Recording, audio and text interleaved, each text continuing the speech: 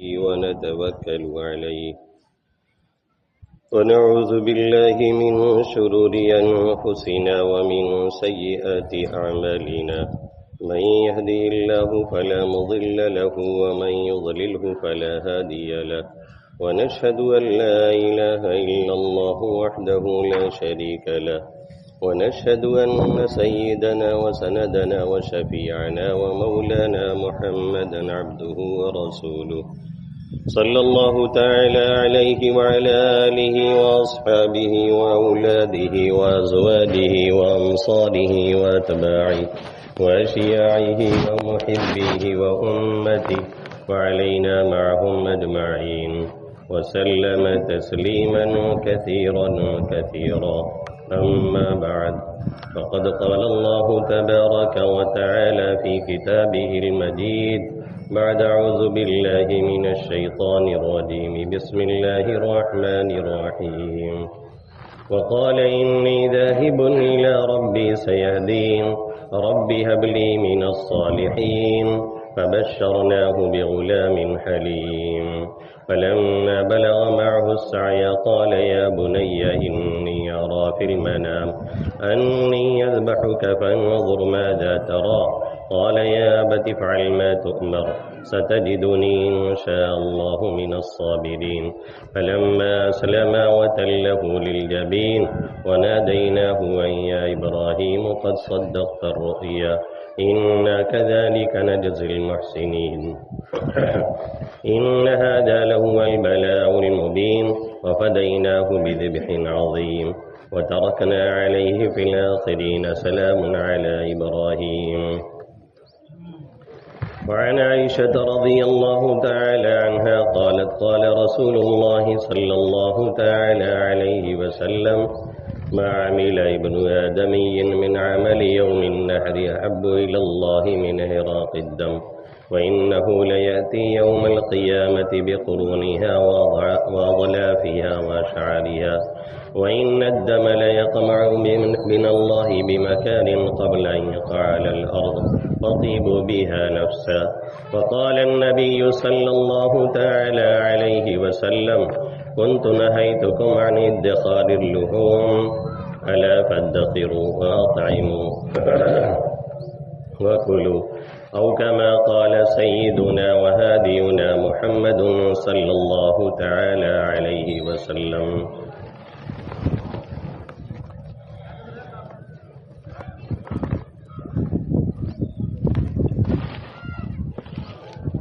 نمایاں جن کے اونچے اور اونچے وقت ہوتے ہیں زمانے میں انہی کے امتحان بھی سخت ہوتے ہیں. میرے محترم بزرگوں اور دوستوں، میرے غیور نوجوان ساتھیوں،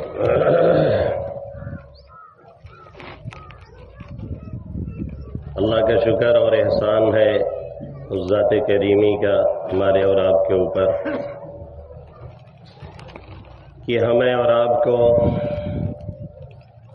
اپنی عیدگاہ میں سعادت کی حاضری نصیب فرمائی ہے اور ایسی صحت سے نوازا ہے کہ ہم یہاں تک پہنچائے الحمدللہ. اس پر ہم بھی اور آپ بھی اللہ تعالیٰ کا شکریہ ادا کریں. لک الحمد لک الشکر یا کریم، کیونکہ جتنا ہی شکریہ ادا کیا جائے اتنا ہی نعمتوں میں اضافہ بھی ہوتا ہے اور نعمتیں باقی بھی رہتی ہیں. دوسری بات یہ ہے کہ حضرت ابراہیم علی نبینا علیہ الصلاۃ والسلام ایک نہیں کئی امتحان سے گزارے گئے. بادشاہ وقت کی مخالفت، توحید کا اعلان، ابا سے پنگا، پھر آگے بڑھتے بڑھتے جب یہ ہو گیا کہ یہ اب اپنی تبلیغ اور توحید کے اعلان سے باز نہیں آنے والے ہیں، تو پھر آگ میں ڈالا گیا، جس کا تذکرہ اللہ نے یہاں پہ فرمایا قلنا یا نار کونی بردا وسلاما علی ابراہیم. ہم نے آرڈر کیا آگ کو کہ حضرت ابراہیم پر ٹھنڈی ہو جائے، وہ بھی سلامتی کے ساتھ، کیونکہ بہت زیادہ ٹھنڈی ہو جاتی تو بھی تکلیف ہوتی، اس لیے سلامتی کے ساتھ ٹھنڈی کرنے کا حکم دیا گیا۔ اور اس کے بعد پھر آپ نے وہاں سے ہجرت کا ارادہ کر لیا اپنے ملک سے۔ سمجھ میں آ گیا تھا کہ اب یہاں کے رہنے والے، یہاں کے لوگ ہماری بات کو قبول کرنے والے نہیں ہیں، تو آپ نے ہجرت فرمائی۔ سب سے پہلی آپ کی شخصیت ہے جس نے ملک چھوڑا ہے دین اور ایمان کے لیے۔ اس سے پہلے کسی نبی نے ہجرت نہیں کی تھی، اور یہ ہجرت بھی آپ کی 70 سال کی عمر میں ہوئی ہے۔ سب سے پہلے ہی آپ ہیں جن کے داڑھی کے بال اور سر کے بال پکے ہیں، اس سے پہلے بال نہیں پکتا تھا۔ جن لوگوں کا بال پک رہا ہے اور تھوڑا پینٹ وینٹ مار رہے ہیں، وہ سوچتے ہوں گے کاش کہ حضرت ابراہیم علیہ السلام کا بھی نہ پکا ہوتا تو ہم لوگ کا بھی نہ پکتا ہے کہ نہیں؟ تو اچھا رہتا کلر کرنے کی نوبت ہی نہ آتی۔ تو 70 سال کی عمر میں آپ نے وہاں سے ہجرت کی ہے۔ اس وقت تک آپ کی کوئی اولاد نہیں ہے، اور ساتھ میں کون ہے؟ صرف آپ کی بیوی حضرت سارہ اور آپ کے بھانجے یا بھتیجے حضرت لوط علیہ السلام۔ آپ نے فرمایا انی ذاہب الی ربی سیہدین، میں اپنے رب کی راہ میں کہیں چلا جاؤں گا، وہ مجھے راستہ دے دے گا۔ اور اسی دوران آپ نے یہ دعا مانگی ربی حبلی من الصالحین۔ انبیاء کرام کی دعائیں بہت جامع اور مختصر ہوتی ہیں، مختصر ہوتی ہیں، ہر پہلو کو لیے ہوئے ہوتی ہیں۔ ہمارے اور آپ کے اگر کسی کے لڑکے نہیں ہو رہے ہیں، کسی کا اولاد نہیں ہے، جس کے بھی نہیں ہے اللہ اس کو نیک اولاد عطا فرمائے، اور جس کے ہیں اللہ انہیں نیک اور صالح بنائے، فرما بردار بنائے، آمین یا رب العالمین۔ تو ہم اور آپ یہ دعا کرنے لگتے ہیں اللہ میاں ٹھوکونو لڑکا لڑکی کچھ بھی دے دے بس۔ اب پتہ چلا کہ وہ آیا اور اتنا کمینہ نکل گیا کہ آخر میں ہم یہ کہتے ہیں کہ اسے اچھا ہے کہ رڈوے رہے ہوتے نہ، وہ ہوتا ہے تو اچھا ہے۔ دیکھیے ابراہیم علیہ السلام کی دعا مختصر میں کتنی جامع انداز میں دعا فرما دی، ربی حبلی من الصالحین۔ ایک تو اولاد کی دعا مانگی، اور دوسرے کیا مانگا کہ وہ نیک ہو، نیک لوگوں میں سے ہو، فرما برداروں میں سے ہو، اللہ کی بھی اطاعت کرے اور ہمارا بھی حکم مانے، ہمارے بھی حکموں کی اطاعت کرے۔ جائز کاموں میں ظاہر ہے جو والدین حکم دیتے ہیں اسے ماننا ضروری اور واجب اور فرض ہوا کرتا ہے، تو اس طریقے سے دعا مانگنی چاہیے۔ نیک سلیم الفطرت، فرما بردار اولاد عطا فرما۔ یہ نہیں کہ ہاتھ اٹھائے کوئی لڑکا لڑکی اللہ دے دیجئے اور بعد میں یہ کہتے پھریں کہ اس سے اچھا ہم بے اولاد رہے ہوتے، تو یہ ٹھیک نہیں ہے۔ بہرحال دعا مانگی راستے میں جاتے ہوئے، تو ادھر حضرت حاجر کو یا حاجرہ، ہماری اردو زبان میں تو حاجرہ لوگ بولتے ہیں، ویسے تو حجر ہے۔ انہوں نے دیکھا کہ حضرت ابراہیم کو مجھ سے کوئی اولاد نہیں ہو رہی ہے، تو سمجھ میں آیا کہ کوئی امید بظاہر نہیں رہ گئی۔ تو بادشاہ وقت نے جو بدکاری کے ارادے سے حضرت سارہ کو پکڑوایا تھا، اور ایک مرتبہ آگے بڑا بدکاری کے ارادے سے، تو حضرت ابراہیم ادھر دعا میں لگ گئے اور حضرت سارہ بھی۔ یہاں پہ مفسرین لکھتے ہیں کہ آپ کے پاس اس وقت کوئی چارہ کار نہیں تھا سوائے اس کی کہ آپ نماز پڑھتے اور دعا کرتے۔ جیسے بر وقت ہم ایسے حالات میں کچھ گھرے ہیں کہ ہم لوگوں کے پاس بھی ایسا کوئی چارہ کار نہیں نظر آ رہا ہے۔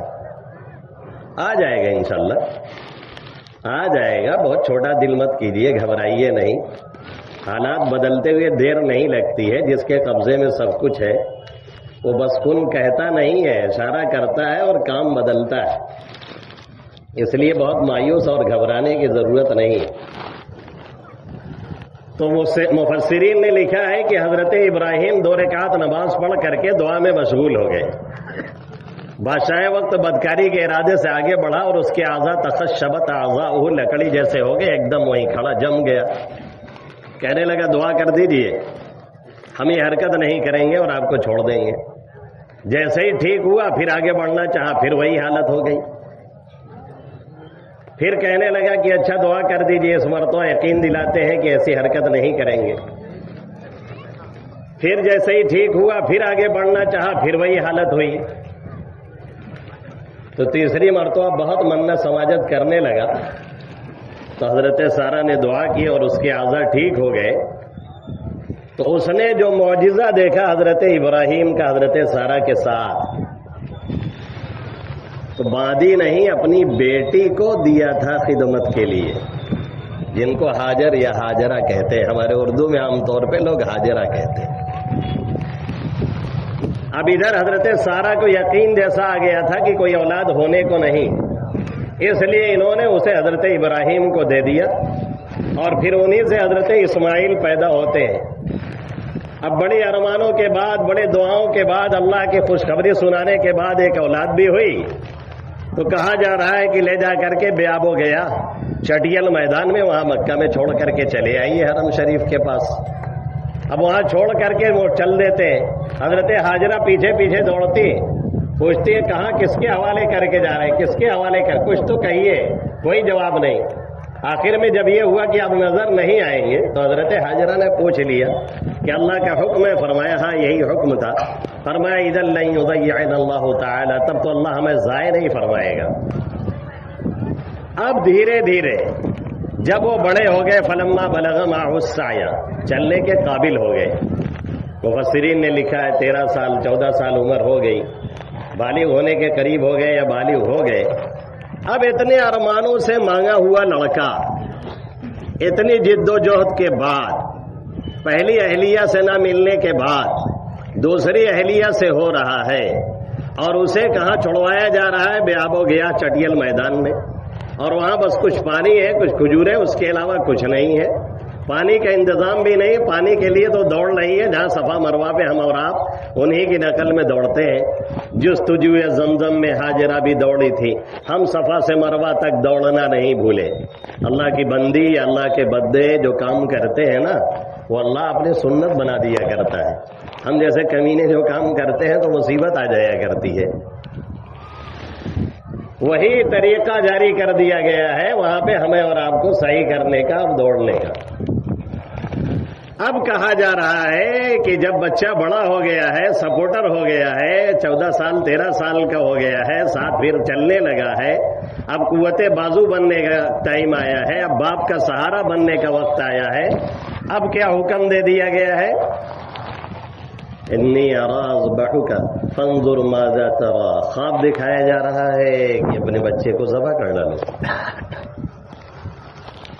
خواب کے ذریعہ ہم اور آپ ہوتے تو کہتے تھے خواب و خیال یوں ہی آیا کرتے ہیں. اچھا کوئی قاعدے کا خواب ہم دیکھ لیتے ہیں، تب تو صبحیاں کو اٹھ کے ایک دم مگن نہیں تھا، بس ایسے ہوئے والا ہے، اور کونوں اپنے گڑبڑ ہوئے لگا تھوڑا سا، تب جو ہے اومن تعویل شروع ہوتی.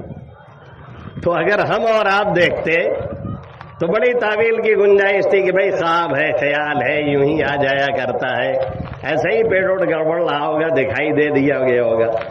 لیکن انبیاء کا خواب بھی وحی الہی ہوتا ہے، اور وہ بھی ایک دن نہیں دیکھا، 3 دن دیکھا لگاتار.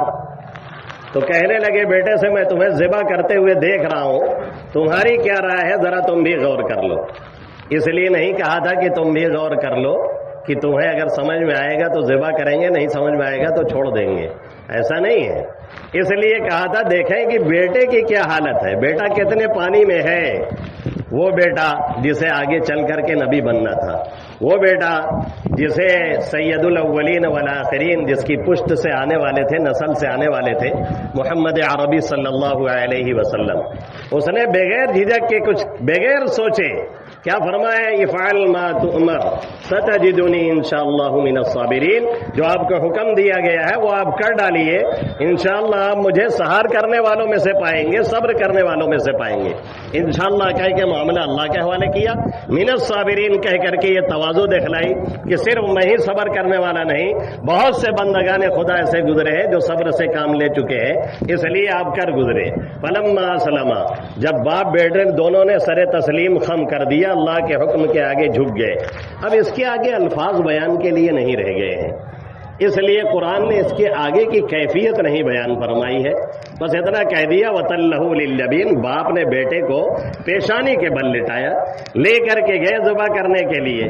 حضرت اسماعیل نے فرمایا ابا جان ایسا ہے کہ مجھے قاعدے سے باندھ دیجیے تاکہ میں زیادہ تڑپ نہ سکوں، اور ایسا ہے آپ اپنی قمیض سمیٹ لیجیے تاکہ میرے خون کی چھینٹیں کہیں آپ کے قمیض پہ نہ جائے، میرا ثواب گھٹ نہ جائے، اور میری قمیض اتار کر کے کنارے رکھ دیجیے اور تھوڑی تیز کر کے جلدی جلدی چلائیے گا، کیونکہ جان بڑی سختی کے ساتھ نکلتی ہے، اور چھینٹیں والدہ دیکھیں گی خون کی تو انہیں تکلیف ہوگی، اس لیے چھینٹیں نہ پڑے تو زیادہ بہتر ہے، اور یہ میری قمیص ہے، میرا لباس ہے، اگر لے جانا چاہے تو والدہ کے پاس لے کر کے جائیں تاکہ انہیں دیکھ کر کے کچھ تسلی ہو۔ حضرت ابراہیم نے آنکھوں پہ پٹی باندھی، پرنم آنکھوں سے بوسہ دیا اور فرمایا کہ بیٹے تم اس حکم کے پورا کرانے میں میرے کتنے بہترین معاون ہو۔ ایک باپ کے کلیجے پہ جملے سن کر کے کیا گزرتی ہوگی یا کیا گزری ہوگی وہی اندازہ لگا سکتے ہیں۔ جہاں اولاد والے جو بیٹے ہیں یا کسی کا بیٹا چلا گیا ہو خدا نخواستہ، یا کوئی بیٹے کو کچھ ہو جائے تو کیا تکلیف میں ہوتا ہے ایک باپ، وہ کیا گزری ہوگی۔ حضرت ابراہیم نے اس کے بعد حکم کو پورا کر دیا، فلما اسلم وتلہ للجبین ونادیناہ ان یا ابراہیم قد صدقت الرؤیا، ہم نے حکم دی، ہم نے پکارا ابراہیم، شاباش آپ نے تو خواب کو سچ کر دکھایا۔ یہ واقعہ پورا ہمیں اور آپ کو رہتی دنیا تک کے لوگوں کو بتا رہا ہے کہ جب اللہ کا حکم آ جائے تو بغیر کسی چون و چرا کے ہمیں اور آپ کو اس پر عمل کرنا ہے، تبھی ہماری اور آپ کی کامیابی ہے، بصورت دیگر ناکامی کا منہ دیکھنا پڑے گا۔ آج مشکل یہ ہے کہ ہم اور آپ اپنے کسی کام کی مصلحت اور حکمت تلاش نہیں کرتے ہیں، جو دل میں آیا گناہ کرنے کو کرتے چلے جاتے ہیں، جو خرافات سمجھ میں آئی وہ کرتے چلے جاتے ہیں، شادی بیاہ میں جو باتیں ہماری عقل میں نہیں آتی ہے لیکن معاشرے کو دکھانے کے لیے، پردرشن کے لیے یا کسی اور وجہ سے سب کچھ کرتے چلے جاتے ہیں، لیکن جہاں اللہ کا حکم آتا ہے تو ہم اور آپ اسے کہتے ہیں کہ اس میں حکمت اور مصلحت کیا ہے۔ پہلی بات تو یہ سن لے کہ ہر حکم کی حکمت اور مصلحت سمجھ میں آ جانا یہ ہمارے اور آپ کے بس سے باہر ہے۔ اگر ہر حکمت ہمارے عقل سے سمجھ میں آ جاتی تو انبیاء کرام کو بھیجنے کی ضرورت نہیں تھی، وہی آتی وہی ہے جہاں پر عقل الہی کام کرنا چھوڑ دیتی ہے، تب انبیاء کرام کی وحی آتی ہے، اور پھر جو کسی لائن کا ماہر ہوتا ہے اس کا آرڈر ہی کافی ہوتا ہے، وہاں حکمت اور مصلحت نہیں پوچھی جاتی۔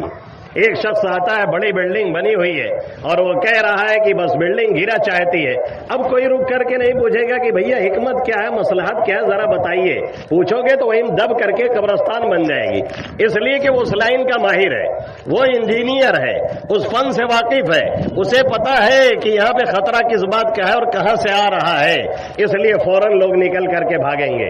ایک ڈاکٹر کینسر اسپیشلسٹ وہ ہمیں دوا تجویز کرتا ہے، ہم مڑ کر کے کبھی نہیں پوچھتے ہیں کہ آپ نے یہ دوا کیوں لکھی ہے، فلاں دوا کیوں نہیں لکھی، فلاں دوا کیوں نہیں لکھی، اس لیے کہ ہم جانتے ہیں اس کا اسپیشلسٹ ہے اور ماہر ہے۔ ایک پیٹ کا ڈاکٹر گیسٹرو پیٹ کے مریض کے لیے جو دوا تجویز کرتا ہے، ہم پلٹ کر کے یہ نہیں کہتے ہیں کہ آپ نے یہ دوا کیوں لکھی، فلاں دوا کیوں نہیں لکھی، اس لیے کہ اس لائن کا ماہر ہے اور وہ اس کی حکمت سے واقف ہے۔ ایسے ہی جب ہمیں احکم الحاکمین رب العالمین حکم دیتا ہے تو ہم اور آپ حکمت اور مصلحت تلاش کرنے لگتے ہیں، یہ بہت غلط طریقہ ہے۔ اس لیے ہمیں قربانی کرنا ہے تو قربان اللہ ہر تعلق دیکھیے ایک قربانی چاہتا ہے، ہمارا اور آپ کا تعلق ہے تو کہیں آپ دبیں گے کہیں میں دبوں گا، کہیں آپ برداشت کریں گے کہیں میں برداشت کروں گا، بھائی بھائی کا تعلق ہے تو کہیں کوئی بھائی دبے گا کہیں کوئی بھائی دبے گا۔ بھائی تعلق تبھی چلے گا جب قربانی دی جائے گی، تعلق بغیر قربانی کے نہیں چلتا ہے۔ ایسے ہی سب سے بڑی ذات سے تعلق پیدا کرنا ہے تو وہاں بھی اللہ نے مختصر سے قربانی مانگی ہے، وہ بھی کس کی مانگی ہے؟ کسی بھینس کی، کسی گائے کی، کسی پڑوے کی، کسی بکرے کی، کسی بچھڑے کی، کسی دمبے کی، کسی اونٹ کی، اس سے بڑی کوئی قربانی ہم سے اور آپ سے نہیں مانگی جا رہی ہے۔ پھر اس میں چور و چرا کیوں کیا جا رہا ہے؟ اچھا جب ٹائم آتا ہے ہماری اس تہوار کا، جب وقت آتا ہے ہماری اس قربانی کا، تو جو لبرل اور بددین ہیں وہ اور جو غیر مسلم ہیں وہ